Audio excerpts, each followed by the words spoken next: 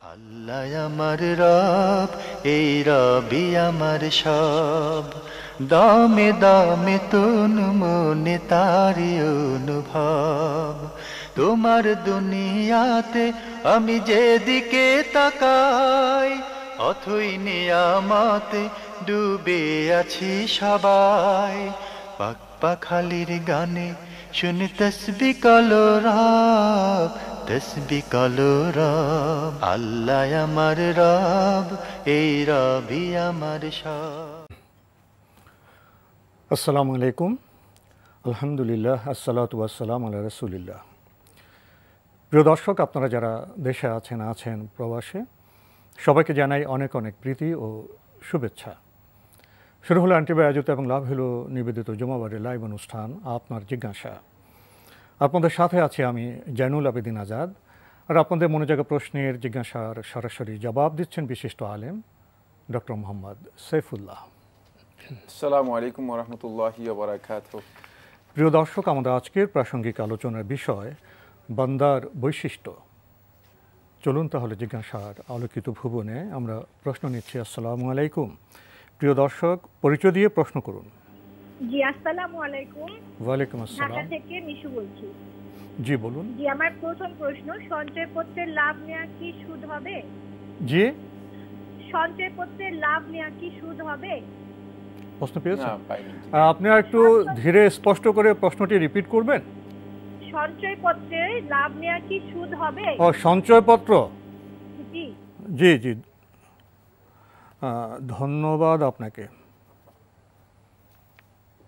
সঞ্চয়পত্রে যে লাভ দেওয়া হয় সেটা কি সুদের অন্তর্ভুক্ত হবে?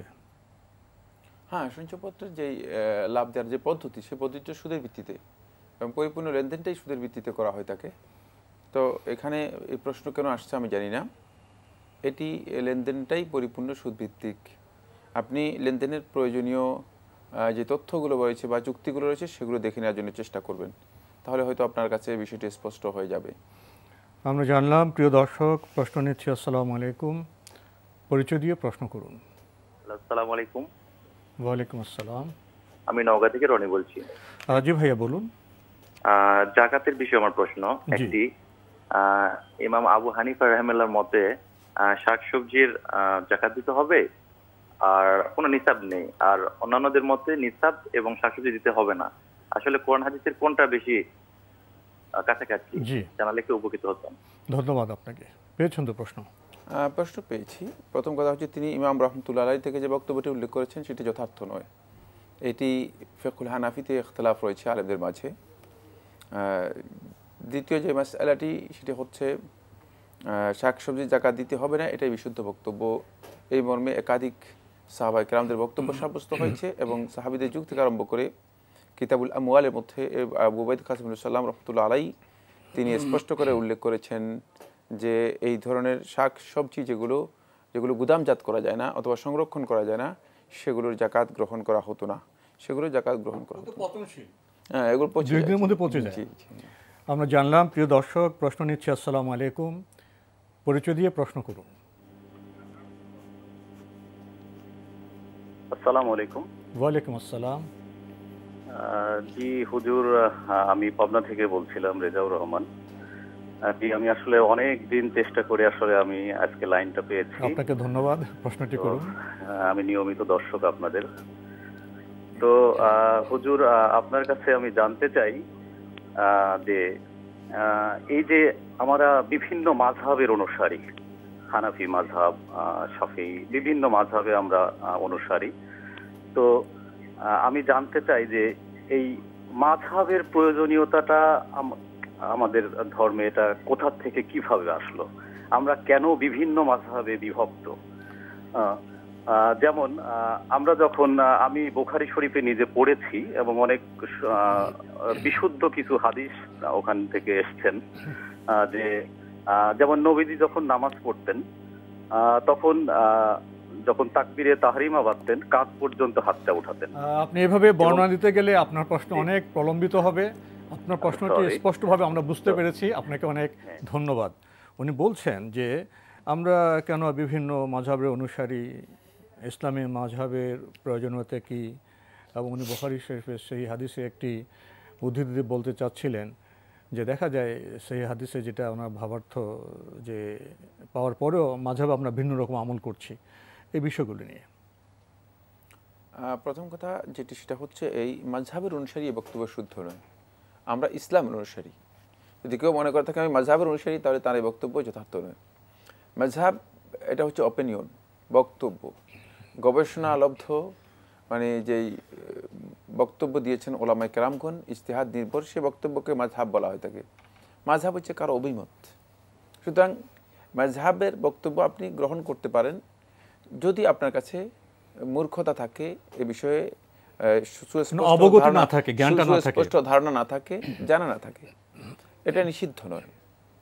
মানে আপনি একটি পয়েন্টে আপনার জ্ঞান নেই, সেক্ষেত্রে আপনি সেই একজন আলেমের বক্তব্যকে আপনি গ্রহণ করতে পারেন, কিন্তু সেই আলেমের বক্তব্যই গ্রহণ করতে হবে, আর সেটাই গ্রহণ করা ফরজে আইন, বাধ্যতামূলক। এই বক্তব্য ওই আলেমই দেন নেই, অন্যদের মানে প্রসঙ্গ আসবে মাযহাবের ইমামরাই দেন না, এটা মাযহাবের কোনো ইমামরাই বলেন না। যারা বলছেন বা যারা প্রচার করছেন তারা এখানে বড় ধরনের বিভ্রান্তি প্রচার করছেন। এটা একেবারেই বিভ্রান্ত বক্তব্য যে মানে বাধ্যতামূলকভাবেই একজন ইমামের বক্তব্য মেনে নিতে হবে, এই কথা তারা কেউ বলেননি। তাদের কারো কাছ থেকে কেউ প্রমাণ করতে পারবে না কোনোদিন তারা এই কথা বলেনি। বরং তারা যেটা বলেছেন, তাদের বক্তব্য সুস্পষ্ট সাব্যস্ত হয়েছে, এই যা সহাল হাদিসু ফাহুয়া মাযহাবি, যখন কোনো সহিহ হাদিস পাওয়া যাবে সেটাই আমার মাযহাব, সেটাই আমার বক্তব্য হয়ে যাবে। কারণ আমার বক্তব্যের মধ্যে আমার কাছে যতটুকু দলিল এসেছে সে দলিল আলোকে আমি গবেষণা করি। ওনারা কোনো নতুন ধর্ম প্রচার করতে আসেননি, ওনারা ইসলামকে প্রচার করতে এসে কোনো বিষয়ে গবেষণা, এখানে ওনাদের গবেষণা করেছেন, গবেষণার পর বক্তব্য দিয়েছেন, কিন্তু গবেষণা বাধ্যতামূলক নয়। গবেষণা সকল যুগে হবে, বাধ্যতামূলক নয় যে আপনি আমার গবেষণা মেনে নেবেন অথবা অমুকের গবেষণাকে নিজের জন্য ফরজে আইন করে নেবেন, তাহলে আপনি মাযহাবটাকে দ্বীন হিসেবে গ্রহণ করে নিচ্ছেন। এই কাজটি শুদ্ধ নয়। বাকি এই বিভক্তি, এই জন্য বিভক্তি যেহেতু ওলামায়ে কেরামগণ বিভিন্ন অপিনিয়ন দিয়েছেন, গবেষণার বিষয়গুলো নিয়ে বিভিন্ন অপিনিয়ন দিয়েছেন, এই কারণে বিভক্তি থাকতে পারে। তবে এটা বিভক্তির অর্থ এই নয় যেটা মতবিরোধের পর্যায়ে চলে যাবে, দলাদলিতে চলে যাবে, অথবা নিজেদের মধ্যে একটা সংঘর্ষ তৈরি হবে।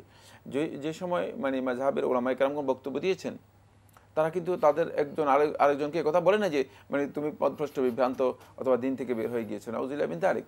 কারণ আমরা জানি ইমাম আবু হানিফা রাহমাতুল্লাহর মৃত্যুর যেদিন মৃত্যু, মানে যে বছর মৃত্যু হয়েছে সেই বছর ইমাম শাফিঈ রাহমাতুল্লাহ জন্ম হয়েছে। ইমাম শাফিঈ রাহমাতুল্লাহ দেখাই হয়নি, পরবর্তী গবেষণা করেছেন। বরং সারা পৃথিবীর মধ্যে ইমাম শাফিঈ রাহমাতুল্লাহর অনুসারী সংখ্যা কম নয়, অনেক রয়েছে। তা কিন্তু ইমাম শাফিঈ রাহমাতুল্লাহ কথা বলেন নাই যে আবু হানিফা রাহমাতুল্লাহ তিনি পথভ্রষ্ট, বিভ্রান্ত ছিলেন। আসলে এটা আমাদের সংকীর্ণতা, আমাদেরই গোড়ামি, আমাদের প্রান্তিকতা, আর অন্য কিছু না। মূর্খতা এবং প্রান্তিকতার কারণেই এই চরম বিষয়টি মানুষের মধ্যে এস্টাবলিশড হয়েছে, আর এই কারণে সবচেয়ে মুসলিম উম্মাহ বর্তমানে সবচেয়ে বেশি ক্ষতিগ্রস্ত। প্রিয় দর্শক, আমরা যারা মাযহাবের অনুসারী হিসেবে নিজেদের বিবেচনা করছি, তাদের কাছে প্রশ্ন, আমরা কি মাযহাবের সম্মানিত যারা ইমাম ছিলেন তাদের বক্তব্য অনুসরণ করছি? তারা তো সেই হাদিসকে অনুসরণ করতে বলেছেন। খুব বেশি হলে গবেষণার পার্থক্যের কারণে আমরা মাযহাবে ইমাম সাহেবদের বক্তব্যকে মত বৈচিত্র্য হিসেবে বিবেচনা করতে পারি। এ নিয়ে বিতণ্ডা বা বিবাদের বোধহয় কোনো অবকাশ নেই। আমরা প্রশ্ন নিচ্ছি। আসসালামু আলাইকুম, প্রিয় দর্শক, পরিচয় দিয়ে প্রশ্ন করুন। জি, আমার প্রশ্ন। জি, কে বলছেন, কোথা থেকে বলছেন? পরিচয় দিয়ে প্রশ্ন করুন। জি, আমি গাজীপুর থেকে। জি, বলুন, আপনার প্রশ্নটি করুন। আমার প্রশ্ন হচ্ছে যে আমাদের জামাতে একামত দেয়, যে একামত দেয়, কিন্তু দ্বিতীয় জামাতে কি একামত দেওয়া যাবে কি যাবে না? দ্বিতীয় জামাতে একামত দেওয়া যাবে কি যাবে না? ধন্যবাদ আপনাকে। প্রশ্ন পেয়েছেন তো? জি, পেয়েছি, ধন্যবাদ। এই ভাইকে। জামাত এর জন্য সুন্নাহ হচ্ছে একামত দেয়া, যাবে কি যাবে না এই মাসালা আসবে না, বরং একামত দেয়া হচ্ছে সুন্নাহ। যখন জামাত শুরু হবে তখন একামত দিয়েই জামাত শুরু হবে। দ্বিতীয় জামাত, তৃতীয় জামাত, যতবার জামাত হবে জামাতের জন্য সুন্নাহ হচ্ছে একামত দেয়া। প্রিয় দর্শক, আমরা জানলাম সব জামাতে একামত আমাদের দেওয়া উচিত। প্রশ্ন নিচ্ছে। আসসালামু আলাইকুম, প্রিয় দর্শক, পরিচয় দিয়ে প্রশ্ন করুন। ওয়ালাইকুম আসসালাম ওয়া রাহমাতুল্লাহ। জি, আমি আজিব বলছিলাম দৌলতদিয়া থেকে। শাইখের নিকট আমি জানতে চাচ্ছি, আমাদের গ্রামের মসজিদে নামাজ আদায়ের সময় কিছু যুবকেরা বুকে হাত বাঁধে রুকুর আগে এবং রুকুর পরে কাঁধ বরাবর হাত উঠায় এবং অনেকেই ফরজ নামাজের পর সম্মানিত মোনাজাত করে না। এই আমলগুলো করার কারণে কিছু মুরব্বীরা তাদেরকে নিয়ে খারাপ মন্তব্য করে। তারা বলে আমাদের বাপদাদারা এভাবে নামাজ পড়ে নাই, পড়তে দেখি নাই। এই আমলগুলো দেখে তারা তাদের উপর বিরক্ত হন। কিন্তু যারা এগুলো করে তারা তো হাদিস জেনেই করে। আবার কিছু আলেমগণ এগুলো করতে কঠোরভাবে নিষেধ করে। এক্ষেত্রে মসজিদে যে একটা সমস্যা দেখা দেয়, এ কারণে এই সালাত এখানে এভাবে না পড়লে কোনো সমস্যা হবে কিনা এবং এই আমলগুলো ত্যাগ করা যাবে কিনা? ধন্যবাদ আপনাকে। আপনার প্রশ্ন হলো, আপনাদের গ্রামের কিছু যুবক যারা ধর্ম সম্পর্কে জানেন তারা বুকে হাত বাঁধেন, রাফায়াদিন করেন, সম্মিলিত মোনাজাত করেন না, কিন্তু তাদের পূর্ববর্তী যে প্রজন্ম যারা বয়স্ক তারা এগুলোকে ভালোভাবে দেখেন না। তো আপনার প্রশ্ন হলো এক্ষেত্রে ওনারা কী করবেন? এক্ষেত্রে ওনারা কি মসজিদে নামাজ পরিত্যাগ করবেন? এ ভাই যে কথাগুলো বলেছেন, রাফুল ইয়াদাইন অথবা বুকে হাত বাঁধা অথবা বেদাতি যেই মুনাজাত আছে, সম্মিলিত মুনাজাত, এটি না করা, এটি তো মানে সুন্নাহ দ্বারা সাব্যস্ত হয়েছে, একেবারে স্পষ্ট বক্তব্য। এক্ষেত্রে পরবর্তীতে যেই প্রেক্ষাপটটি উল্লেখ করেছেন, এটি হয়তো আমাদের যে সমস্ত মুরব্বীরা, বয়স্ক ব্যক্তিরা, তারা যেহেতু বাপদাদাকে দেখে এসেছেন, তা বাপদাদা যে প্রচলিত ধর্ম যেটা বা প্রচলিত যে মানে আমল, ধর্ম না বলি আমল, প্রচলিত যে আমল আছে, প্রচলিত এই আমলকে যেহেতু তাদের কাছে এই বিষয় সম্পর্কে জানা নেই, অজ্ঞতা, নতুন দেখছেন, হ্যাঁ নতুন দেখেছেন, সুতরাং তাদেরকে এই বিষয়গুলো জানাতে বলে আরও সময় লাগবে। আর এখন তাদের ওই পড়ালেখার বয়স হয়েছে, তাদেরকে আপনি বলবেন যে আপনারা ওই বুখারী পড়েন, অমুক পড়েন, টমুক পড়েন, এগুলোর সময় নেই। সুতরাং তাদের সাথে সহনশীল হতে হবে। তাদের সাথে আচরণটা আপনাদের আমার মনে হচ্ছে যেন যথার্থ হচ্ছে না। তাদেরকে বলেন যে আপনারা যেটা করতেছেন আপনারা করেন, আপনাদেরকে আমরা কিছু বলতে চাই না, কিন্তু আপনারা আমাদেরকে বাধা দেবেন না। এই জন্য আপনাদেরকে জামাতে অংশগ্রহণ করা, জামাত পরিত্যাগ করা অথবা জামাতে না যাওয়া আপনাদের জন্য হারাম। আপনারা জামাতে অংশগ্রহণ করতে হবে, সালাত আদায় করতে হবে জামাতে, বিচ্ছিন্ন হওয়ার কোনো সুযোগ নেই। যদি এই কারণে মানে তাদেরকে বুঝাতে আপনারা অক্ষম হয়ে থাকেন, তাহলে এক্ষেত্রে আপনারা রাফুল ইয়াদাইন অথবা জোরে আমিন না করলেও আপনাদের জন্য কোনো বিষয় নয়, নামাজ হয়ে যাবে। কারণ এই মর্মে শেখ আব্দুল আজিজ আব্দুল্লাহ বিন বাজ রহমতুল্লাহ তার ফতোয়ার মধ্যে উল্লেখ করেছেন, মানে যেহেতু মানুষের বিভ্রান্তি আছে, কিন্তু কোনোভাবেই আপনাদের জন্য জায়েজ নেই আপনারা বেদাতি যে সম্মিলিত মুনাজাত আছে তাতে অংশগ্রহণ করবেন। এক্ষেত্রে আপনারা হইচই করার বিষয়টি হয়তো এমন একটা গ্রাউন্ড তৈরি করেছেন যে গ্রাউন্ডের মাধ্যমে আসলে মতবিরোধ কনফ্লিকশনে গিয়েছে, সেই কনফ্লিকশনে যাওয়াটাই মানে আপনার বক্তব্য থেকে বোঝা যাচ্ছে যে আপনারা যেটা বুঝতে পেরেছেন যে আমরা কোরআন হাদিস থেকে পেয়েছি, আপনারা যেগুলো করতেছেন এগুলো সঠিক নয়। এই ধরনের একটা সাংঘর্ষিক অবস্থায় চলে যাওয়াটা, যেহেতু এই যে লোকগুলো মানে 50 বছর 70 বছর কেউ কেউ আরও বেশি, এই আমলগুলো আমাদের দেশে আপনারা একবার খুব ভালো করে জানেন যে শত শত বছর থেকে এস্টাবলিশড, যেগুলোর কোনো ভিত্তি নেই, দলিল নেই, বেদাতি আমল। তাই এগুলোকে একদিনে দুই দিনে পরিবর্তন করার যে প্রক্রিয়া, এই প্রক্রিয়া শুদ্ধ নয়, বরং ধীরে ধীরে তাদেরকে বুঝাতে হবে, বলতে হবে। হতে পারে যে তারাও বিষয়গুলো উপলব্ধি করতে পারবেন, কিন্তু আপনারা সাংঘর্ষিক হয়ে মসজিদ থেকে আপনারা সালাত বর্জন করে যেটা আপনাদের উপর ফরজ সেটাকে ত্যাগ করে দিবেন, এই কারণে এটি জায়েজ নেই আপনাদের জন্য। যতক্ষণ পর্যন্ত আপনারা জামাতে সালাত আদায় করার সুযোগ থাকে, বিষয়ের জন্য ফরজ ত্যাগ করা না, যতক্ষণ পর্যন্ত মানে জামাতে সালাত আদায় করার সুযোগ থাকবে ততক্ষণ পর্যন্ত জামাতে সালাত আদায় করতে হবে। আপনি প্রশ্নের জবাব দিতে গিয়ে গুরুত্বপূর্ণ একটি বিষয়ে আমাদের দৃষ্টি আকর্ষণ করেছেন, সেটা হলো সংস্কার এবং সংশোধনের পদ্ধতি। হ্যাঁ, এটা অবশ্যই আমি জানলাম আমার গ্রামে মুরব্বি, আমার বাপ দাদা পূর্বপুরুষরা তারা তো সেভাবে শিক্ষিত ছিলেন না, এবং যাদের থেকে তারা দিন শিখেছেন তারা তো এভাবে শিখিয়েছেন, এবং সম্মানিত সেসব আলেম যারা তারা তো খুবই কম লেখাপড়া করেছেন, তারা তাদের মতো শিখিয়েছেন, তারা কোনো ইচ্ছে করে ভুল করেননি। এখন যদি আমি নতুন হিসেবে জানলাম, জ্ঞানী হলাম, আমি আমাদের সমাজের যে সমাজতত্ত্ব নীতত্ব এগুলিকে কোনো গুরুত্ব দিলাম না, বয়স্ক মানুষদের ধর্ম চেতনাকে বোঝার চেষ্টা করলাম না, তাহলে সংস্কারের যে পদ্ধতি, যে মানহাজ, সে বিষয়কে আমাদের আরও অধিকতর সচেতন হওয়া প্রয়োজন নয়? অবশ্যই সংস্কারের পদ্ধতি তো মানে যেখানে আল্লাহর বিধানের ক্ষেত্রে আল্লাহ সুবহানাহু ওয়া তাআলার সংস্কারের মানে কোনো আল্লাহ তাআলার কোনো প্রয়োজন নেই। তাদাররুজ মানে স্টেপ বাই স্টেপ, স্তরে স্তরে, পর্যায়ে পর্যায়ে বিধান অবতীর্ণ হয়েছে। সিয়ামের বিধানের ক্ষেত্রে, তারপরে মদ পানের স্টেজ, মদপানের বিধানের ক্ষেত্রে, জেনার বিধানের ক্ষেত্রে, তারপরে মানে এটাকে কেউ বলা হয় তাকে চোখের দৃষ্টি এই বিধানের ক্ষেত্রে, পর্দার বিধানের ক্ষেত্রে, মানে বাস্তব পরিস্থিতিকে বিবেচনায় আনা হয়েছে। এমন কি মানে কিবলা এর বিষয় পর্যন্ত মানে এখানে তাদাররুজ করা হয়েছে, স্টেপ বাই স্টেপ একটা স্তর ধারাবাহিকতা মেনটেন করা হয়েছে। কেন ইসলামের মধ্যে আল্লাহ রাব্বুল আলামিনের কোনো প্রয়োজন নেই। আল্লাহর বিধান আল্লাহ রাব্বুল আলামিন সরাসরি জারি করে দিতে পারতেন, সরাসরি জারি করে দিতে পারতেন, সামরিক আইনের মতো। প্রশ্নই আসে না। যিনি খালেক, তার বিধান তো মানে তিনি সাথে সাথে কমান্ড করে দিতে পারতেন। কিন্তু খালেক জানেন যে মানুষের তবিয়তকে কিভাবে সৃষ্টি করেছেন, তিনি তো মানুষের স্রষ্টা। দুর্বল মানুষ অভ্যস্ত বিষয় ছাড়তে চায় না। সুতরাং এই জন্য এখানে আসলে যে সমস্ত যুবকদের কথা বলেছেন, তাদের যুবকদের দাওয়াতি কাজের ফর্মুলাগত অথবা সিস্টেমগত অনেক বড় ভুল আছে। আরেকটি বিষয়, স্বয়ং আল্লাহ কি রাসূল সাল্লাল্লাহু আলাইহি ওয়াসাল্লামকে বলেননি, তুমি যদি কোমল না হতে আচার আচরণে লোকজন তোমার থেকে দূরে চলে যেত? আমাদের দেশে কোমল হতে হবে, অবশ্যই এদেরকে সহনশীল হতে হবে, কোনো সন্দেহ নেই। আর এগুলো যে মাসালাগুলো উল্লেখ করেছেন সেগুলো দুটি মাসালাই তো আমরা জানি যে সুন্নাহ অথবা মুস্তাহাব সম্পৃক্ত মাসালা। ফরজ ওয়াজিব হলে যেমন আমরা মুনাজাতের ব্যাপারে স্পষ্ট কথা বলেছি, যেহেতু বেদাত, কোনোভাবেই এই বেদাতের সাথে কিন্তু বুকে হাত বা রাফিয়া দিন করা এগুলো শুধুমাত্র সুন্নাহ অথবা মুস্তাহাবের মাসালা, যেগুলো নিয়ে এত বিবাদ করার বিষয় নেই ইসলামের মধ্যে। প্রিয় দর্শক, আসুন আমরা বিবাদের বদলে আমরা ঐক্য প্রচেষ্টা অগ্রসর হই এবং সঠিক বিষয়কে তুলে ধরার চেষ্টা করি। প্রিয় দর্শক, আমরা প্রশ্ন নিচ্ছি। আসসালামু আলাইকুম, পরিচয় দিয়ে প্রশ্ন করুন।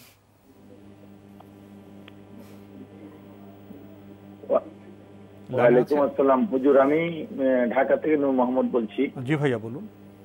আমার প্রশ্নটা হলো যে ফরজ নামাজের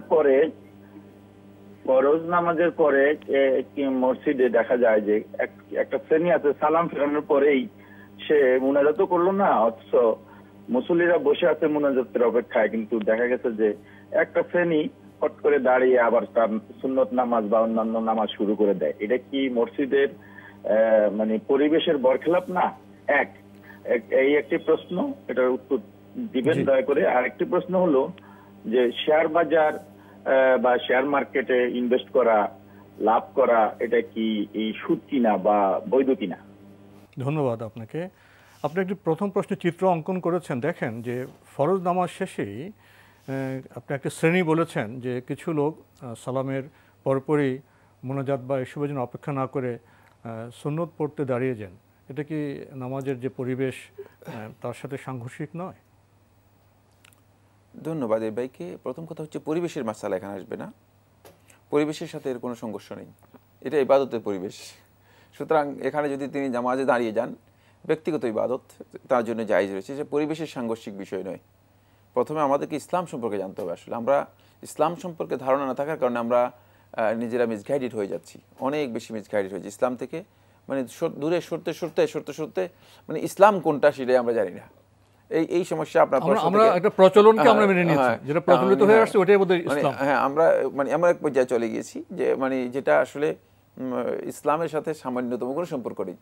প্রথম আপনার মাসালা যেটা, সেটা একেবারেই ভুল। সেটা হলো যারা মুনাজাতের জন্য অপেক্ষা করে না আর লোকেরা মুনাজাতের অপেক্ষা করে থাকে, এই মুনাজাতেরই বিধান ইসলামের মধ্যে নেই। এটাই তো বেদাত, সম্মিলিত মুনাজাত। হ্যাঁ, যেই মুনাজাতের কথা বলছেন, যেটা প্রচলিত মুনাজাত, যেটা সম্মিলিত মুনাজাত সালাতের পরে নবী সাল্লাল্লাহু আলাইহি ওয়াসাল্লাম করেন নাই, সাহাবায়ে কেরামগণ করেন নাই, এমন কোনো আমল দ্বারা সাব্যস্ত হয় নাই। সুতরাং এটার জন্য মানে আপনি বলতেছেন যে এটার জন্য অপেক্ষা করে না, মানে এই বক্তব্যটাই আপনার এটা হচ্ছে প্রথম একটা ভুল কাজ। এই ভুল কাজের জন্য অপেক্ষা করার প্রশ্নই আসে না। দ্বিতীয়, এরপরে এখানে কি কাজ আছে? আসলে ফরজ সালাতে সালাম ফিরানোর পরে নবী সাল্লাল্লাহু আলাইহি ওয়াসাল্লামের নির্দেশনা আছে কিনা? অবশ্যই আছে, সেটা জানতে হবে আমার বন্ধুগণ, সেটা জানতে হবে। না জেনে আমরা বিভ্রান্তির মধ্যে রয়েছি। সেটা হলো নবী সাল্লাল্লাহু আলাইহি ওয়াসাল্লাম এখানে অনেকগুলো দোয়া এবং আজকার করেছেন, যেগুলো সুন্নাহ দ্বারা সাব্যস্ত হয়েছে, সেগুলো ব্যক্তিগতভাবে করতে হবে, সেগুলো ব্যক্তিগতভাবে করার বিধান। সুতরাং সেক্ষেত্রে সাথে সাথে সুন্নাতের জন্য দাঁড়িয়ে যাওয়া, এটা সুন্নাহ পরিপন্থী কাজ, এটা খেয়াল রাখতে হবে। সাথে সাথে দাঁড়িয়ে যাওয়া এটা সুন্নাহ এটা পরিবেশগত মাসালা নয়, মানে এটা ইবাদতের মাসালা। এখানে পরিবেশের চালানোর কোনো মানে বিষয় নেই, পরিবেশ অন্য জিনিস, এটা ইবাদতের মাসালা। নবী সাল্লাল্লাহু আলাইহি ওয়াসাল্লাম ফরজ সালাতের পরে সাথে সাথে সুন্নাহ পড়তে নবী সাল্লাল্লাহু আলাইহি ওয়াসাল্লাম পছন্দ করতেন না, অপছন্দ করতেন।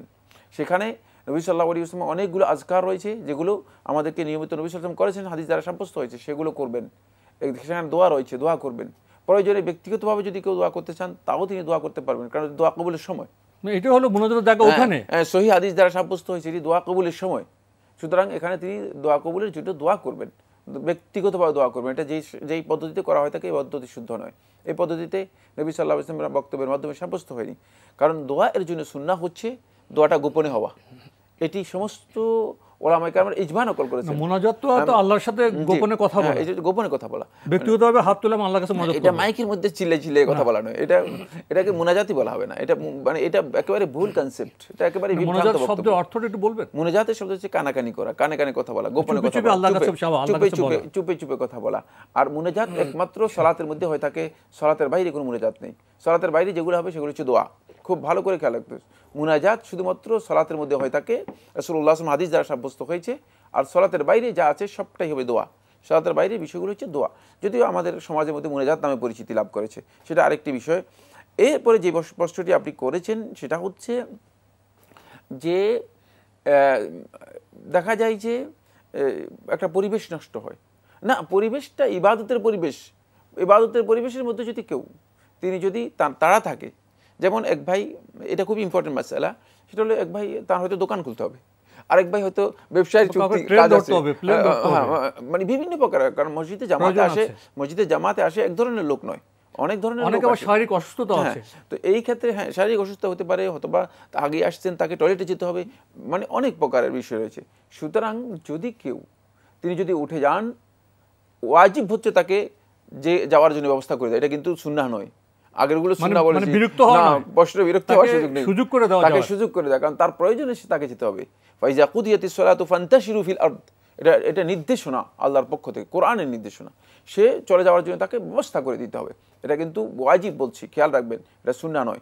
তারপরে দ্বিতীয় নম্বর বিষয় যেটা, সেটা হচ্ছে যদি মানে কেউ সেখানে তাড়াহুড়ার কারণে তিনি যদি মানে আগের সুন্নাহগুলো আদায় করতে না পারেন, তাহলে তিনি মানে শুধুমাত্র যেই সংক্ষিপ্ত আজকার আছে, সংক্ষিপ্ত আজকার পরে তিনি তার জন্য যাই যাচ্ছে, তিনি সুন্নাহ পড়তে পারেন।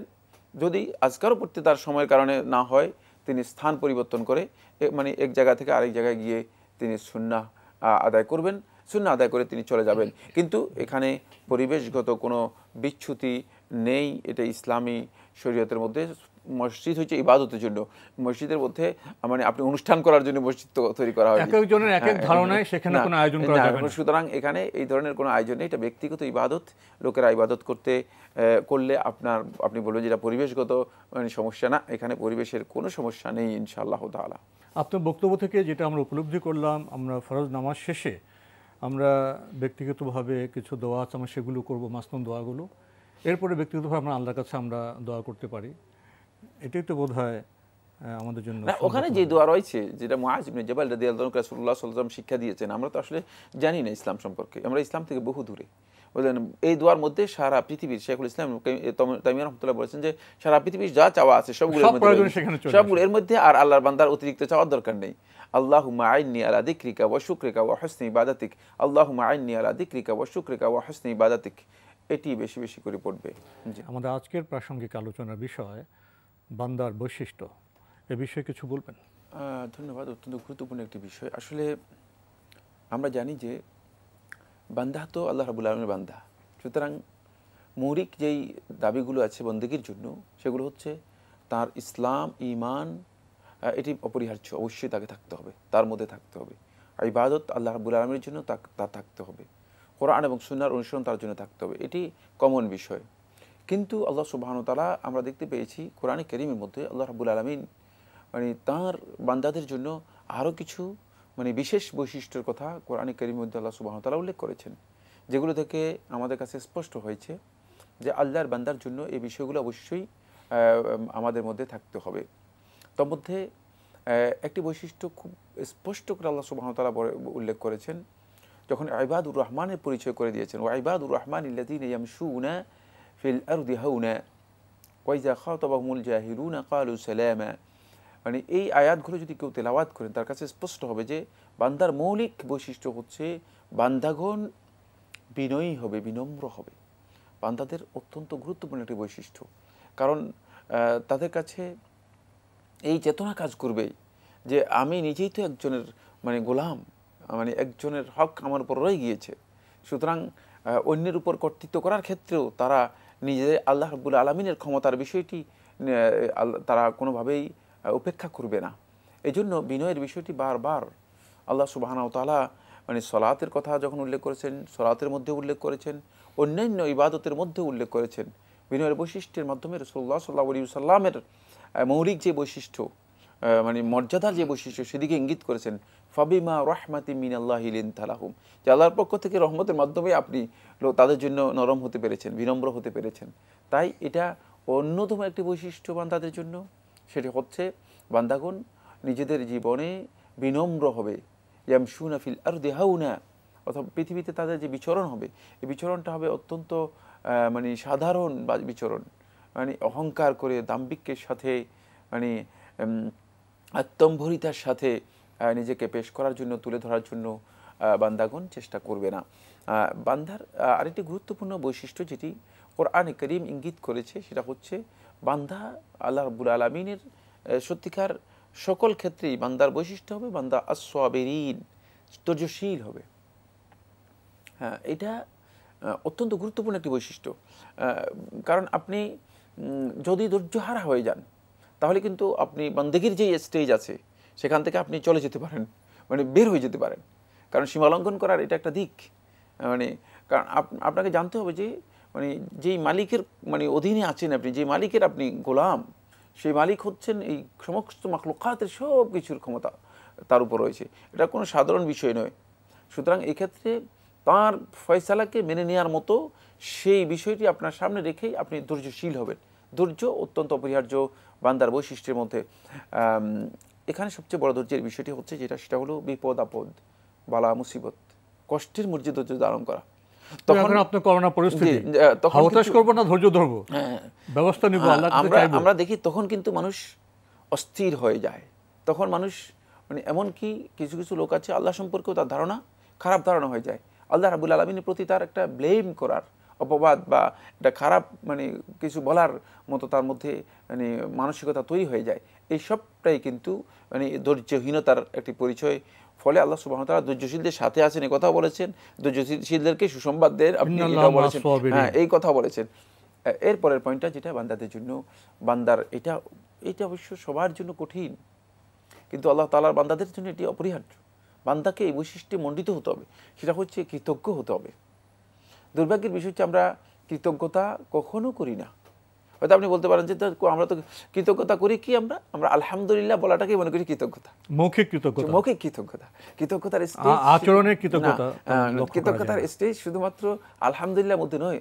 আপনি যদি কোরআনে কারীমের মধ্যে দেখেন, কোরআনের মধ্যে আল্লাহ তাআলা শুকরিয়ার কথা যখন বলেছেন, তখন আল্লাহ রাব্বুল আলামিন স্পষ্ট করে বলে দিয়েছেন, ই'মালু আলা দাউদ শুকরা ওয়া কালিলুম মিন ইবাদিয়াশ শাকুর। হে আল দাউদ, ই'মালু, তোমরা আমল করো, শুকরান, আল্লাহ তাআলা শুকরিয়ার জন্য, মানে কাজের মাধ্যমে আল্লাহ রাব্বুল আলামিন শুকরিয়ার বিষয়টি মানে প্রকাশ করো কাজের মাধ্যমে। শুধুমাত্র মুখে আলহামদুলিল্লাহ বলেই আমরা মনে করি যে আল্লাহ তাআলাকে সন্তুষ্ট করে দিলাম। অনেকে আলহামদুলিল্লাহ বলতে খুব বেশি আগ্রহ পান না। তার কারণ হচ্ছে আমাদের মধ্যে মানে কেন জানি সেই অভ্যাস গড়ে ওঠেনি যার মাধ্যমে আমরা কৃতজ্ঞতা প্রকাশ করতে পারি।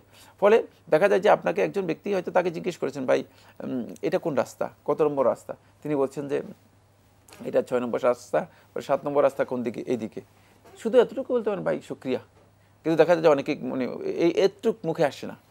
এই যে এটা একটা সৌজন্যতার বিষয়, এই যে বিষয়টা আচরণের বিষয়, এই যে বিষয়টি মানে এই যে মানে শুকরিয়া কৃতজ্ঞতার এই বিষয়টি না আসার কারণে আবু দাউদের রিওয়ায়াতের মধ্যে, মুসনাদ আহমদের রিওয়ায়াতের মধ্যে রাসূলুল্লাহ সাল্লাল্লাহু আলাইহি ওয়াসাল্লাম বলেন যে মান লাম ইয়াশকুরিন নাস লাম ইয়াশকুরিল্লাহ, যে মানুষের শুকরিয়া আদায় করতে পারে না সে আল্লাহর শুকরিয়া আদায় করতে পারবে না, আল্লাহর শুকরিয়া আদায় করতে পারবে না।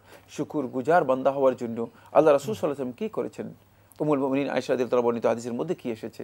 কিন্তু দুর্ভাগ্যের বিষয় হচ্ছে তারপরেও আল্লাহর বান্দাদের মধ্যে আল্লাহ তাআলা বলে দিয়েছেন ওয়া কালিলুম মিন ইবাদিয়াশ শাকুর, আমার বান্দাদের মধ্যে খুব কম সংখ্যক লোকে আমার শুকরিয়া আদায় করতে পারে। গুরুত্বপূর্ণ বিষয়, ইনশাআল্লাহ আমরা আপনার কাছ থেকে আরও কথা শোনার চেষ্টা করব। প্রিয় দর্শক, আমরা খুবই গুরুত্বপূর্ণ কথা শুনছিলাম বান্দার বৈশিষ্ট্য প্রসঙ্গে। আমরা এখন প্রশ্নে যাচ্ছি। আসসালামু আলাইকুম, পরিচয় দিয়ে প্রশ্ন করুন। আসসালামু আলাইকুম। ওয়ালাইকুম আসসালাম। আমি চট্টগ্রাম থেকে বলছি। জি ভাইয়া বলুন।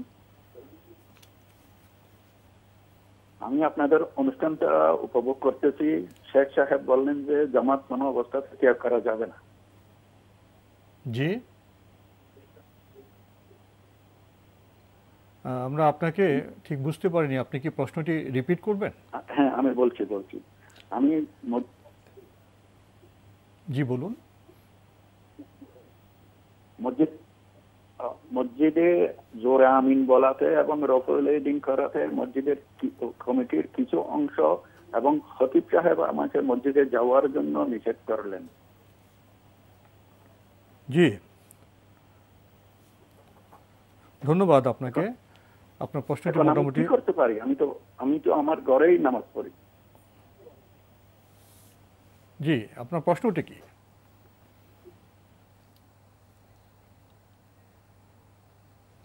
আচ্ছা, ধন্যবাদ আপনাকে। আপনার কথা মোটামুটি আমরা বুঝতে পেরেছি। উনি বলছেন উনি মসজিদে জামাতে যেতেন, উনি জোরা আমিন বলতেন, রফিল আদিন করতেন, এজন্য যিনি ইমাম তাকে মসজিদে আসতে বারণ করেছেন, উনি এখন ঘরেই নামাজ পড়ছেন। এতে কি কোনো সমস্যা হচ্ছে? সমস্যা তো হচ্ছে, তিনি জামাত থেকে মাহরুম হয়ে যাচ্ছেন, এটা তার জন্য বড় ধরনের সমস্যা, এটি জায়েজ নেই। বাকি আপনি যদি জোরে আমিন না বলেন আসতে বলবেন, আর পরে রফুল ইয়াদাইন করেন। যদি আপনাকে নিষেধ করে কেউ স্পষ্টভাবে, তাকে বলবেন যে ভাই আপনি আপনার আমল করুন, আমাকে আমার আমল করতে দিন। সেখানে কোনো ধরনের কনফ্লিকশনে যাবেন না। আর এরপরেও যদি তারা আপনাকে বাধ্য করে, তাহলে আপনি জোরে আমিন অথবা রফুল ইয়াদাইন করবেন না, তারা এর জন্য গুনাহগার হবে। আর যদি কোনো ইমাম বলে থাকেন তার দৃষ্টতা, তার জ্ঞানের একেবারেই স্বল্পতা, কারণ এই মাসআলাটি মানে জুমহুর উলামায়ে কেরামের বক্তব্যের মাধ্যমে সাব্যস্ত হয়েছে। এটি প্রায় সমস্ত মাযহাবের বক্তব্য। মানে এই মাসআলার মধ্যে শুধু হানাফি মাযহাবের একদল উলামায়ে কেরাম দ্বিমত পোষণ করেছেন।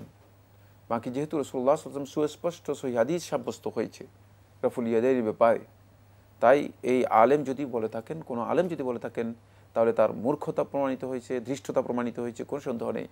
কিন্তু এর জন্য জামাত পরিহার করা, ঘরে সালাত আদায় করার বিধান দেওয়ার মতো বৈধতা আমি আল্লাহ রাসূল সাল্লাল্লাহু আলাইহি ওয়াসাল্লামের হাদিস অথবা কোরআন থেকে পাইনি। কারণ এটি সাব্যস্ত হয়েছে কোরআনের মাধ্যমে এবং সুস্পষ্ট সহিহ হাদিসের মাধ্যমে। তাই জামাতই আপনি সালাত আদায় করবেন।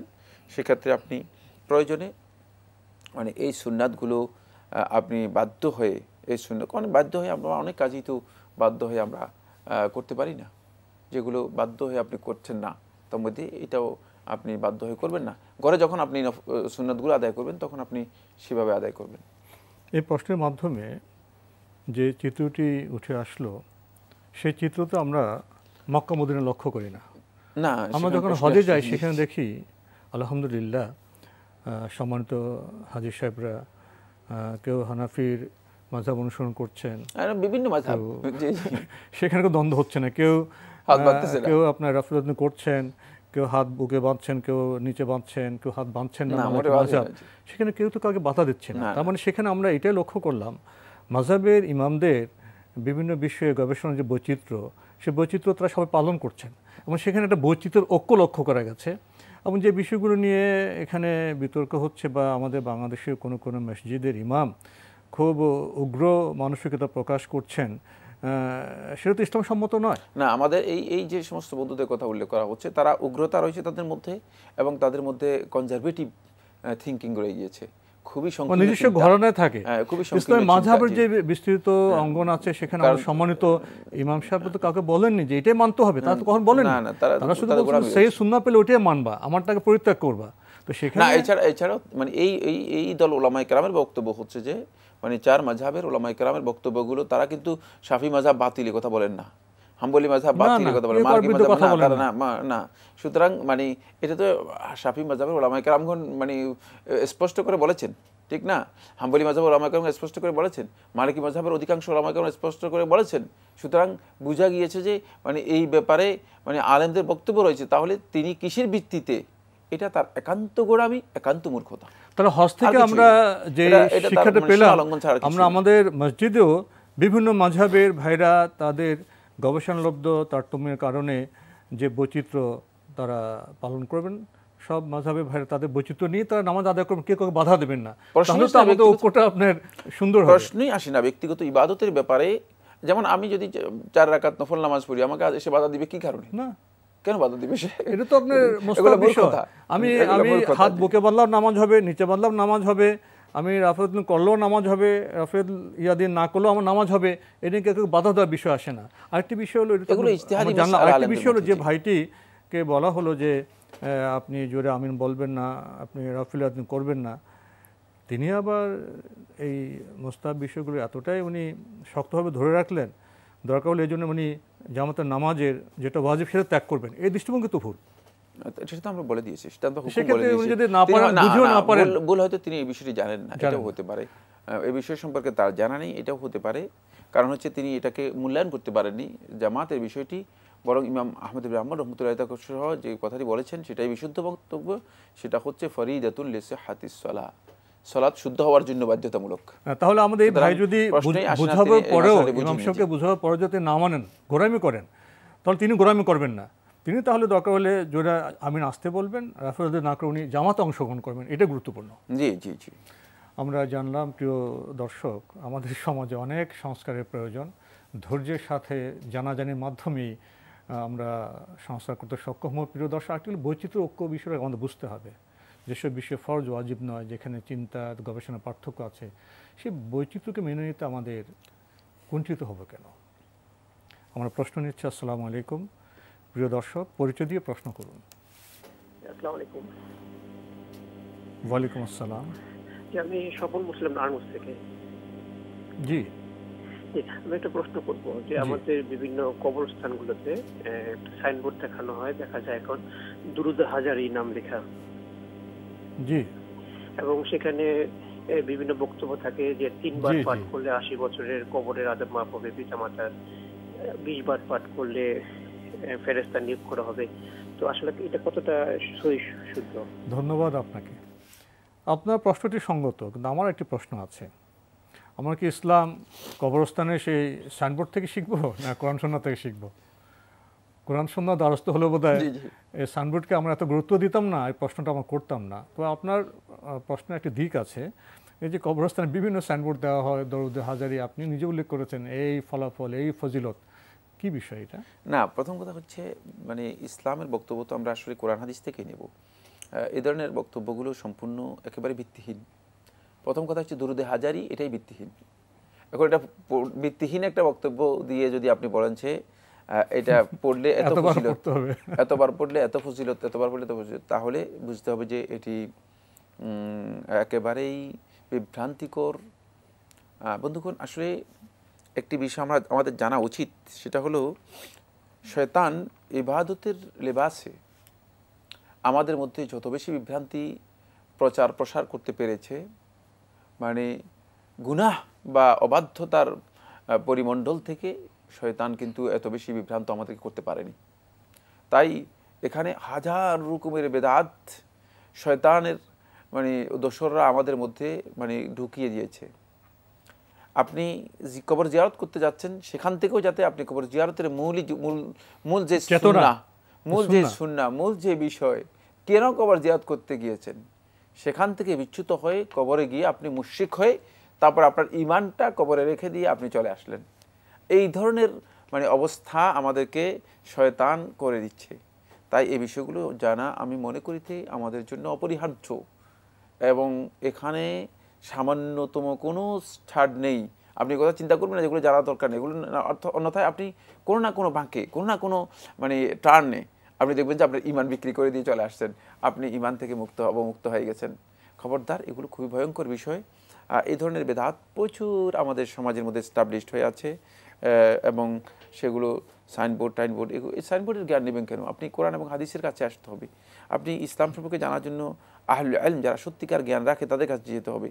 আপনি মনে করেন ইসলামের বিষয় একজন মৌলবী মোল্লা মুন্সি দেখলেই, মানে গায়ের মধ্যে জামা দেখলেই মনে করেন যে লেবাস দেখলে মনে করেন যে তাকে জিজ্ঞেস করলে যথেষ্ট হয়ে যাবে না,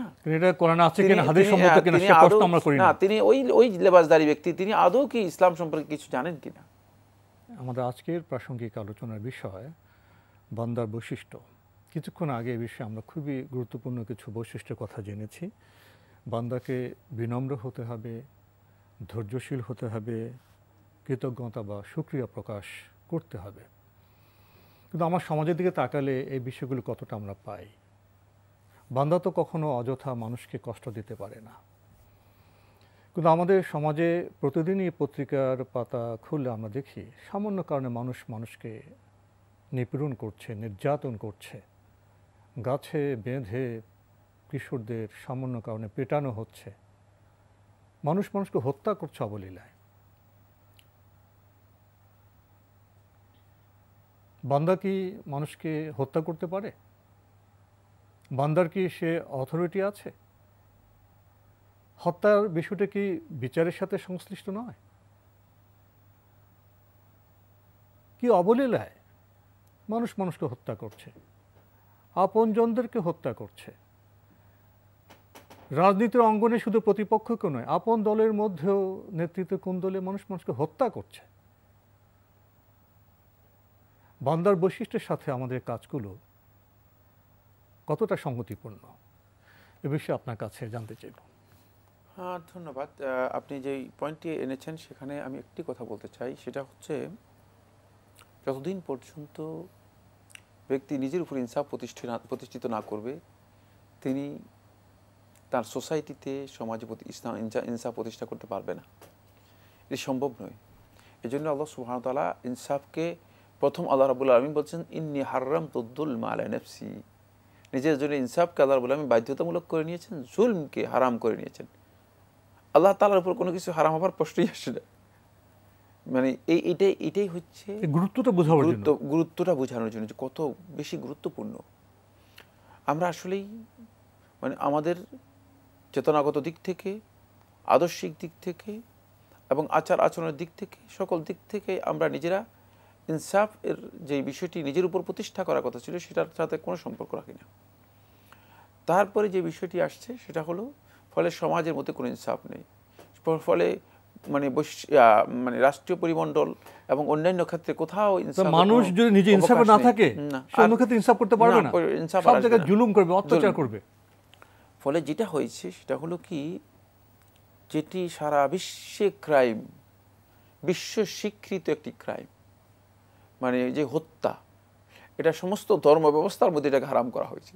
সমস্ত মানে পৃথিবীর যত আইন রয়েছে সমস্ত আইনে এটাকে নিষিদ্ধ করা হয়েছে, আইনে, ধর্মে, সব কিছুর মধ্যে নিষিদ্ধ করা হয়েছে। এই ধরনের একটা ক্রাইম, এটাকে দেখা গিয়েছে যে মানে অন্যায়ভাবে এটাকে এস্টাবলিশড করে দেওয়া হয়েছে। এই কাজটি একেবারেই হারাম। যারা করেছেন তারা এর জন্য শাস্তি পাবেন, যারা করতেছেন তারাও শাস্তি পাবেন। এটা হারাম, অন্যায়ভাবে একটি মানুষকে হত্যা করলে তো ইসলাম বলেছে সমগ্র মানব জাতিকে হত্যা করা হলো। একটি মানুষকে রক্ষা করলে সমগ্র মানব জাতিকে রক্ষা করলো। এই যে একটি বিশাল গুরুত্ব দেওয়া হয়েছে, এটা কি আমরা অনুভব করব না? এই বিষয়টি না বোঝার কারণেই যেটা হয়েছে সেটা হলো বিচার বহির্ভূত হত্যাকাণ্ড। এটাকে মানে অনেকটা মানে কমন বিষয়ে পরিণত করে দেওয়া হয়েছে। ফলে এখন মানুষ যেহেতু মানে হত্যা করলে আর বিচার নেই, এর এর এর মানে সুবাদে এর পিছে পিছে আরো অসংখ্য হত্যাকাণ্ড নির্বিচারে বর্তমান সভ্যতার ফলে একটা অসভ্য জাতিতে আমরা রূপান্তরিত হয়েছি, হিংস্র মানুষে পরিণত হয়ে গিয়েছি। মানুষ না, হিংস্র মানুষে পরিণত হয়ে গেছে। আগে আমরা যখন ছোটবেলা পড়তাম একটা বই থাকতো ভূগোল সমাজ বিজ্ঞান, ওখানে বন্য মানুষ দেখানো, তো আসলে বন্য মানুষ বলতে কিছুই নেই, মিথ্যা একটা বিজ্ঞানসম্মত নয়, একটা মিথ্যা একটা মানে বিষয় আমাদেরকে পড়ানো শুরু থেকে। কিন্তু ওই বন্য মানুষের চিত্র মনে হচ্ছে যেন আপনার এই বর্তমান আধুনিক যুগে পাওয়া যাচ্ছে। আধুনিক যুগে মানে মানবিক বিবেচনায় নেই, আমরা হিংস্র জন্তুতে পরিণত, বন্য মানুষ আমরা পরিণত হয়ে যাচ্ছি। এই যে বন্য মানুষে পরিণত করার এই প্রক্রিয়াগুলো থেকে মানুষদেরকে অন্তত কিছু মানুষ হোক, আংশিক হোক, পার্শিয়ালি হোক, তাদেরকে মানুষ হওয়ার জন্য চেষ্টা করতে হবে। মানুষ হতে হলে তো প্রথমে আমাদের বান্দা হতে হবে। বান্দা হলে তো আমরা বলবো আমরা সৃষ্ট, আমরা বান্দা, আমাদের রব আছে, প্রত্যেকটি কাজের জন্য তার কাছে আমাদের জবাবদিহি করতে হবে। বান্দার বৈশিষ্ট্য অর্জন করলে, বান্দার বৈশিষ্ট্য মণ্ডিত হলে বোধহয় সমাজ থেকে জুলুম, নিপীড়ন, হত্যা, অনাচার এগুলো চলে যেতে পারে। আমরা বান্দার বৈশিষ্ট্যের মধ্যে তিনটি পয়েন্ট শুধু বলে দিব। আন-নাসহ, এটা কল্যাণকামিতা। 2 নম্বর হচ্ছে আল-ইখওয়া, মানে ইসলামী ভ্রাতৃত্ব, মানে এটা বান্দার মধ্যে অপরিহার্য একটি বিষয়। তারপরে একটা হচ্ছে তাকওয়া এবং ইহসানে দীপ্ত হওয়া। যদি তাকওয়া এবং ইহসানে দীপ্ত হয়, এটা হচ্ছে সর্বোচ্চ স্টেজ বান্দার বৈশিষ্ট্যের মধ্যে, তাহলে তিনি সত্যিকার অর্থে সেই বান্দা নিজের জীবনে কোনোদিন অন্যের উপর যে কাজগুলো অন্যায় রয়েছে, অপরাধ রয়েছে, সেগুলো করতে পারে না, এবং সমাজটা হয় সেখানে অনাবিল একটি শান্তির সমাজ, যেটি নবী সাল্লাল্লাহু আলাইহি ওয়াসাল্লাম দেখিয়ে গিয়েছেন, প্রমাণ করে গিয়েছেন। প্রিয় দর্শক, আসুন আমরা বান্দা বৈশিষ্ট্য সম্পর্কে সচেতন হই, বান্দা হই, এবং বান্দার আচরণে আমাদের ঘরকে, সমাজকে, রাষ্ট্রকে এবং বৈশ্বিক পরিমণ্ডলকে আমরা মানবিক করে তুলি, আমরা উদার করে তুলি। প্রশ্ন নিচ্ছি। আসসালামু আলাইকুম। প্রিয় দর্শক, পরিচয় দিয়ে প্রশ্ন করুন। হ্যালো, আসসালামু আলাইকুম। ওয়ালাইকুম আসসালাম। শুভ সময়, কেমন আছেন আপনারা? নিশ্চয়ই ভালো। আলহামদুলিল্লাহ। আচ্ছা, আমার প্রশ্ন হচ্ছে আপনাদের কাছে যে 5 ওয়াক্ত নামাজের ফজিলত জানতে চাই খুব সংক্ষেপে, যদিও সময় অনেক কম আপনাদের। ধন্যবাদ আপনাকে। 5 ওয়াক্ত নামাজের ফজিলত সম্পর্কে জানতে চাচ্ছেন। ধন্যবাদ। 5 ওয়াক্ত নামাজের ফজিলতের ব্যাপারে রাসূলুল্লাহ সাল্লাল্লাহু আলাইহি ওয়াসাল্লাম একটা হাদিস সাব্যস্ত হয়েছে। রাসূল সাল্লাল্লাহু আলাইহি ওয়াসাল্লাম বলেছে কামাইন, এটা পানির মতো, মানে এমন একটা নদীর মতো যে নদীতে আপনার ঘরের দরজায় প্রবাহিত হয়ে গিয়েছে, আর এই নদীতে আপনি 5 বার যখন গোসল করবেন, ঠিক গোসল করার পরে আপনার শরীরে আর কোনো ময়লা, কোনো আবর্জনা, কোনো ধরনের কলুষ যেমনিভাবে থাকবে না। ঠিক আপনি যদি 5 ওয়াক্ত সালাত আদায় করে থাকেন, তাহলে আপনি অপরাধ এবং গুনাহ থেকে এইভাবে পবিত্র হয়ে যাবেন, এভাবেই পবিত্র হয়ে যাবেন। এটা মুকাফিরাতুন লিমা বাইনাহুন্না, এর প্রত্যেকটি একটি সালাতের পরে আরেকটি সালাত, আরেকটি সালাত, আরেকটি সালাত, এভাবে আদায় করলে বান্দা পুরা দিনেই তার যত সগীরা গুনাহ রয়েছে, যত ত্রুটি বিচ্যুতি রয়েছে, সবটাকে আল্লাহ রাব্বুল আলামিন মুছে দিয়ে একেবারেই আপনার আমল নামাটা পরিচ্ছন্ন, পরিষ্কার হয়ে থাকবে। আমরা ফজিলতের প্রসঙ্গে জানলাম, নামাজের সালাতের ফজিলত সম্পর্কে। প্রিয় দর্শক, প্রশ্ন নিচ্ছে। আসসালামু আলাইকুম। পরিচয় দিয়ে প্রশ্ন করুন।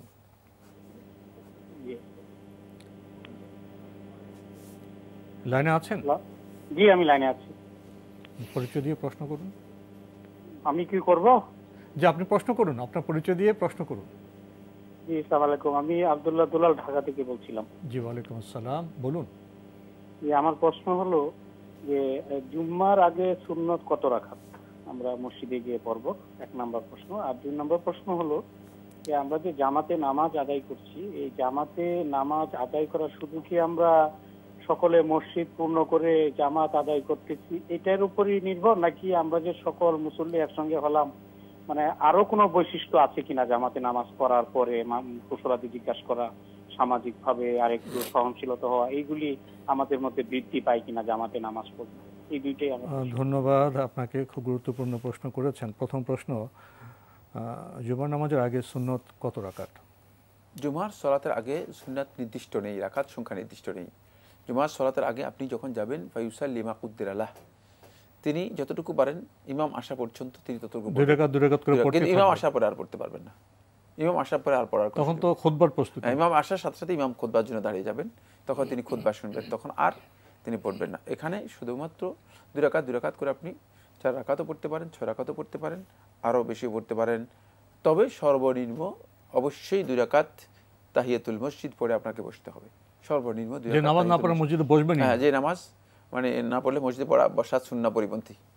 2 রাকাত পড়ে আপনি অন্ততপক্ষে 2 রাকাত পড়ে আপনাকে বসতেই হবে। এটি ইমাম আসা পর্যন্ত আপনি 2 রাকাত করে পড়তে পারেন, এটা বাধ্যতামূলক বিষয় নয়। সমস্ত ওলামায়ে কেরামের ঐক্যমতেই এটা সুন্নতে জাওয়ায়েজ সাব্যস্ত হয়েছে। সমস্ত ওলামায়ে কেরামের ঐক্যমতেই সুন্নতে জাওয়ায়েজ সাব্যস্ত, এবং ফিকহুল হানাফি মাযহাবের মুতাকাদ্দিমিন ওলামায়ে কেরামগণ এটাকে জাওয়ায়েদের মধ্যে উল্লেখ করেছেন। যদিও মানে এই মাসআলার মধ্যে পরবর্তী মুতাআখিরিনরা বাড়াবাড়ি করেছেন, আসলে বাড়াবাড়ির বিষয় নেই, মুতাকাদ্দিমিনগণ এটাকে জাওয়ায়েদের মধ্যে উল্লেখ করেছেন। আমি মসজিদে ঢুকে জুমার দিন প্রথমে আমি 2 রাকাত সুন্নত নামাজ পড়ব, এরপরে বসার অধিকার লাভ করব, এরপরে আমি আবার 2 রাকাত করে ইমাম আসা আগ পর্যন্ত আমি সুন্নত নামাজ পড়তে পারবো। জি জি। আরেকটি প্রশ্ন করেছেন যে আমাদের মসজিদে যে জামাতে নামাজ পড়তে যায় তার বৈশিষ্ট্য কী, এবং এই মসজিদে জামাত পড়ে সেখানে কোনো সামাজিক বিষয় আছে কিনা, সামাজিক উপকারের কোনো বিষয় আছে কিনা? মসজিদের জামাতে যখন আপনি সালাত আদায় করবেন, তখন এটা পুরোটাই তো সামাজিক হয়ে গেল। জামাতটা আসলে একটা সম্মিলন, আমরা সমাজবদ্ধ হলাম। হ্যাঁ, মানে সমাজের পরিচয়, সমাজের রূপরেখা সেখানেই তো ফুটে উঠছে। আর এটা একেবারেই বাস্তব। এখানে জামাতের চেতনাটাই হচ্ছে মূলত সামগ্রিক চেতনা, ইসলামী ভ্রাতৃত্বের চেতনা, পরস্পর খোঁজখবর সহযোগিতার চেতনা, না তাআউন কোরআনের মাধ্যমে সাব্যস্ত হয়েছে। প্রত্যেকটা জিনিস কোরআনের মাধ্যমে সাব্যস্ত হয়েছে। আর এই চেতনা তখনই এস্টাবলিশ হবে যখন আপনি সত্যিকার মুসল্লি হবেন, সত্যিকার জামাতবদ্ধ সালাত আদায়কারী হবেন। দেখবেন যে এই চেতনা সেখানে এস্টাবলিশড হয়ে যাবে। এক্ষেত্রে আলাদা কোনো প্রোগ্রামের প্রয়োজন নেই। এই প্রোগ্রামটাই দেখবেন যে আপনাকে সেভাবে সহযোগিতা করবে, মানে ভ্রাতৃত্বের ক্ষেত্রে সহযোগিতা করবে, সমাজবদ্ধ হওয়ার ক্ষেত্রে সহযোগিতা করবে ব্যক্তিগত এবং পারস্পরিক বিভিন্ন কাজে সহযোগিতার ক্ষেত্রে। আমরা তো দেখেছি যে কোনো মুসল্লি নামাজও আসলেন না, তখন তার খোঁজ নিতে গেছেন, কেন আসলো না, আমরা তো খোঁজ নেবো, তো তখনই প্রমাণিত হবে মানে কারা সুস্থ কারা অসুস্থ, কাদের কি অবস্থা রয়েছে সেগুলো। এবং আমাদের সংযুক্ত এখানে আছে, অবশ্যই এখানে একটা বড় ধরনের সংযোগ রয়ে গিয়েছে। আমরা জানলাম। প্রিয় দর্শক, প্রশ্ন নিচ্ছি। আসসালামু আলাইকুম, পরিচয় দিয়ে প্রশ্ন করুন। লাইনে আছেন? জি, আসসালামু আলাইকুম। ওয়ালাইকুম আসসালাম, আপনার পরিচয় দিয়ে প্রশ্ন করুন। টাঙ্গাইল থেকে বলছি। জি বলুন, আপনার প্রশ্নটি করুন। জি, হচ্ছে বিভিন্ন হাদিসে দেখা যায় যে 100 বার সুবহানাল্লাহ, 100 বার সুবহানাল্লাহ, জি সুবহানাল্লাহ, আবার দেখা যায় যে লা হাওলা ওয়ালা কুওয়াতা ইল্লা বিল্লাহ 100 বার এভাবে লেখা দেখা যায়। কিন্তু আমি যদি এর থেকে বেশি পড়ি, জি ধন্যবাদ আপনাকে, তাহলে হবে কিনা? আর হচ্ছে সৈয়দুল ইস্তেগফারের কথা বলা আছে। আর একটা প্রশ্ন, সৈয়দুল ইস্তেগফারের কথা হাদিসে লেখা আছে যে সকাল সন্ধ্যায় পড়তে হবে। তা আমি যদি সকাল সন্ধ্যায় না পড়ে আরো বেশি বার পড়ি তাহলে হবে কিনা? ধন্যবাদ আপনাকে। উনি বলছেন যে 100 বার সুবহানাল্লাহ, আল্লাহু আল্লাহ 100 বার করে পড়ার কথা বলা আছে, এর বেশি পড়লে কি কোনো অসুবিধা আছে? হ্যাঁ, ওনার দুটি মাসালাই আমি বুঝতে পেরেছি। আপনি যে সময় পড়তে বলা হয়েছে সে সময় পড়লে আপনি মানে ওই ফজিলতটুকু পাবেন, কিন্তু এর চেয়ে বেশি পড়লে হবে কিনা না, এর চেয়ে বেশি পড়লে আপনি অবশ্যই সওয়াব পাবেন এবং এটা আরও বেশি মর্যাদাপূর্ণ। এর অর্থ এই নয় যে মানে এর চেয়ে বেশি পড়তে পারবেন না। নফল ইবাদতগুলো যে কোনো সময়, বিশেষ করে আজকারগুলো যেগুলো সাব্যস্ত হয়েছে, সুবহানাল্লাহ বলেন, আলহামদুলিল্লাহ বলেন, লা হাওলা ওয়ালা কুওয়াতা ইল্লা বিল্লাহ বলেন, অথবা সাইয়্যিদুল ইস্তিগফার পড়েন, এগুলো যে যত বেশি পড়বেন তত বেশি ফজিলত পাবে। এগুলোর জন্য তাকিদ শর্ত নাই। তাকিদ মানে সময়ের সাথে সীমাবদ্ধতা নির্দিষ্টতা নেই, সময়ের সাথে সীমাবদ্ধতা বা নির্দিষ্টতা নেই। এগুলো আপনি যে কোনো সময় পড়তে পারবেন। তবে ওই ফজিলত, যে ফজিলতের কথা হাদিসের মধ্যে এসেছে, নির্দিষ্ট করা হয়েছে, সেই ফজিলতটা তখন পড়লেই পাবেন। এই বিষয়টি বুঝে নেবেন। আমরা জানলাম। প্রিয় দর্শক, প্রশ্ন নিচ্ছি। আসসালামু আলাইকুম, পরিচয় দিয়ে প্রশ্ন করুন। লাইনে আছেন? হ্যালো, আসসালামু আলাইকুম। ওয়ালাইকুম আসসালাম, পরিচয় দিয়ে প্রশ্ন করুন। হ্যালো, আমার প্রশ্ন হলো, জি হ্যালো জি, আমরা আপনাকে শুনতে পাচ্ছি, আপনার পরিচয় দিয়ে প্রশ্ন করুন। ঈশার নামাজ কাজা কিভাবে পড়তে হয়? বেতরের নামাজ কি পড়তে হয়? জি, বেতরের নামাজও কি কাজা পড়তে হয় কিনা? বুঝতে পেরেছি, বেতরের নামাজ কাজা পড়তে হয় কিনা তিনি বলেছেন। বেতরের নামাজ কাজা পড়তে হয় কিনা? কাজা। আর কোনো প্রশ্ন আছে? ধন্যবাদ আপনাকে। পেয়েছেন তো প্রশ্ন? পেয়েছি। না, বিতরের সালাতের কাজা নেই, কিন্তু বিতরের সালাত যদি কেউ তিনি কন্টিনিউ করেন, সব সময় করেন, রাতের নামাজ যিনি কন্টিনিউ করে থাকেন, তিনি এই সালাতের ধারাবাহিকতা ঠিক রাখার জন্য তিনি পরবর্তীতে দিবসে সালাত আদায় করতে পারেন। সেক্ষেত্রে তিনি দিবসে দিনের বেলায় 2 রাকাত করে 4 রাকাত আদায় করে নেবেন। তাহলে তার ওই রাতের সালাতে যেই মানে একটা ধারাবাহিকতা রয়েছে, সেই ধারাবাহিকতা, এটাকে বলা হয় তাকে মানে দাওয়াম, সালাতের মধ্যে নিয়মিত একটা যে অবস্থাটা, সেই নিয়মিত অবস্থাটা আপনার ঠিক থাকবে। মাঝখানে আপনার সালাতের মধ্যে কোনো ধরনের ব্রেক আসবে না। মানে এই কারণেই মূলত সেটা পড়া, কিন্তু ধারাটা অব্যাহত থাকবে। এটা কাজা নয়, এটাকে কাজা বলা হয় না। জি, ধারা অব্যাহত রাখার সুযোগ এখানে আছে, আমরা জানলাম। প্রিয় দর্শক, প্রশ্ন নিচ্ছে। আসসালামু আলাইকুম, পরিচয় দিয়ে প্রশ্ন করুন। আমি বগুড়া থেকে মোহাম্মদ আব্দুর রাজ্জাক বলছি। আমার প্রশ্নটা হলো যে আমরা টিভি থেকে যেভাবে দেখছি আপনার বামে ডানে বসা হুজুর সাইফুল্লাহ স্যার, স্যারের মাথায় টুপি। জি, আপনি টুপি নিয়ে প্রশ্ন করেছেন, এই প্রশ্ন বহুবার পেয়েছি। তো আমরা জানি না আমরা ইসলামের যে বিষয় আশয়, ইসলামের সংস্কৃতি আমরা কোত্থেকে নেব?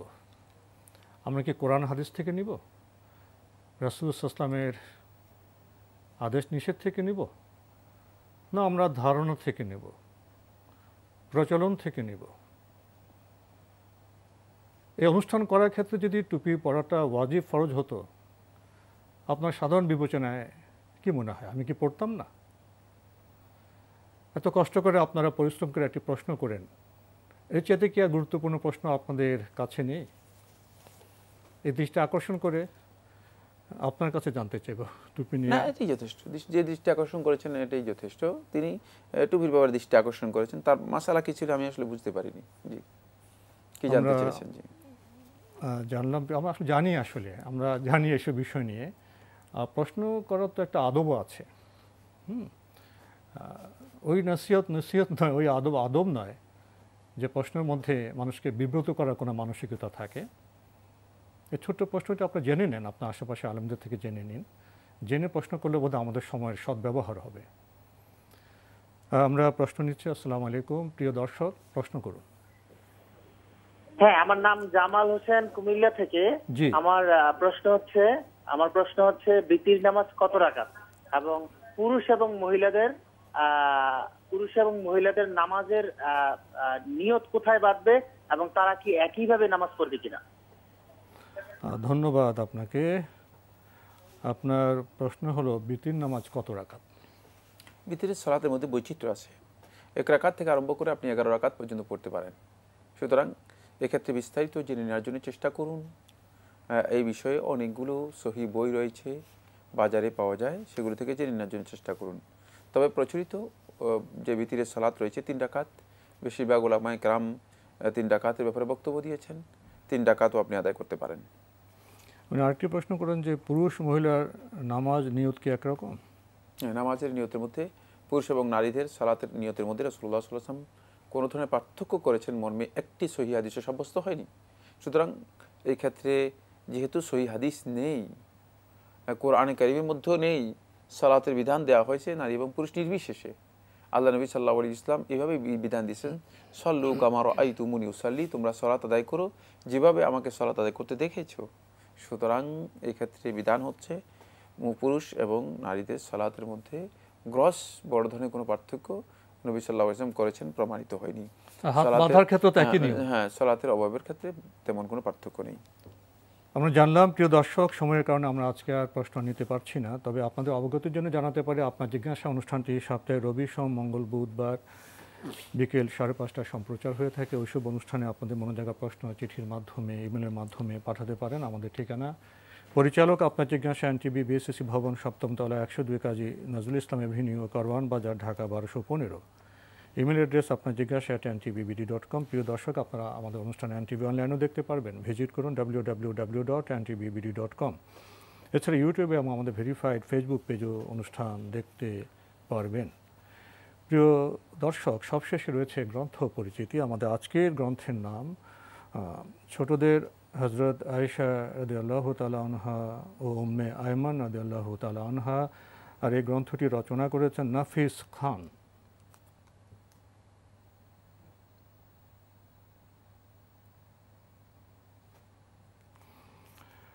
সুন্দর প্রচ্ছদের এই গ্রন্থটি বাংলায় রূপান্তর ও সম্পাদনা করেছেন মোহাম্মদ শামীম আক্তার। গ্রন্থটি প্রকাশ করেছে দারুস সালাম বাংলাদেশ। আর এই গ্রন্থটির মূল্য 125 টাকা মাত্র। যারা এই গ্রন্থটি পেতে চান তাদের জন্য টেলিফোন নাম্বার বলছি 01715819869। আবার বলছি 01715819869। ছোটদের হজরত আয়েশা রাদিয়াল্লাহু তাআলা আনহা ও উম্মে আয়মান রাদিয়াল্লাহু তাআলা আনহা। যদি সংক্ষেপে কিছু বলতেন। ধন্যবাদ। এই বইটি ছোটদের জন্য লেখা হয়েছে। দুজন মুসলিম আমাদেরই সকলেরই পরিচিত, আল্লাহ রাসূল সাল্লাল্লাহু আলাইহি ওয়াসাল্লাম অত্যন্ত প্রিয় দুজন মানুষ। একজন অত্যন্ত সম্মানের পাত্র, যাকে আল্লাহ রাসূল সাল্লাল্লাহু আলাইহি ওয়াসাল্লাম মা হিসেবে রাখতেন, উম্মে আইমান রাদিয়াল্লাহু তাআলা আনহা।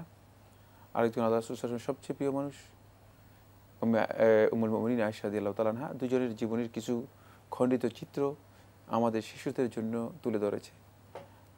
আশা করব আমাদের শিশুদেরকে তাদের এই জীবনী থেকে খণ্ডিত চিত্রগুলো তুলে ধরলে তারা উপকৃত হবে, নিজেদেরকে তৈরি করার জন্য, তাদের আদর্শ, তাদের চেতনায় নিজেদেরকে গঠন করার জন্য তারা সুযোগ পাবে।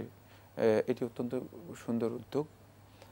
আমরা আশা করব ইনশাল্লাহ ছোটদেরকে আমরা এই বিষয়গুলো জানাতে চেষ্টা করি। বিশেষ করে শিশু সাহিত্যে ইসলামী মনন এবং মানসিকতাকে প্রমোট করার জন্য খুবই প্রয়োজন, যেটি এই ধরনের একটি প্রয়াস। আমি সাধুবাদ জানাই, এই বইটি আমরা সংগ্রহে রাখি। জি, তো আজকে আমাদের এখানে শেষ করতে হচ্ছে। আপনাকে অনেক ধন্যবাদ। আপনাকে অশেষ ধন্যবাদ। ছোটদের ইসলাম মনস্ক গ্রন্থ বাজারে কম। ধন্যবাদ জানাই প্রকাশককে ছোটদের সাহিত্য রচনা করার এবং প্রকাশ করার জন্য। আসলে আমরা পড়ি এবং ছোটদের পরিগঠন করি। দেখা হবে ইনশাআল্লাহ আগামী জুমাবার একই সময়ে। প্রিয় দর্শক, মহান আল্লাহ আমাদের সবাইকে নিরাপদে রাখুন, রাখুন শান্তিতে। আসসালামু আলাইকুম। আমার রব, এই রবি আমার সব, দামে দামে তুন মনে তারি অনুভব। আল্লাহ আমার রব, এই রবি আমার সব।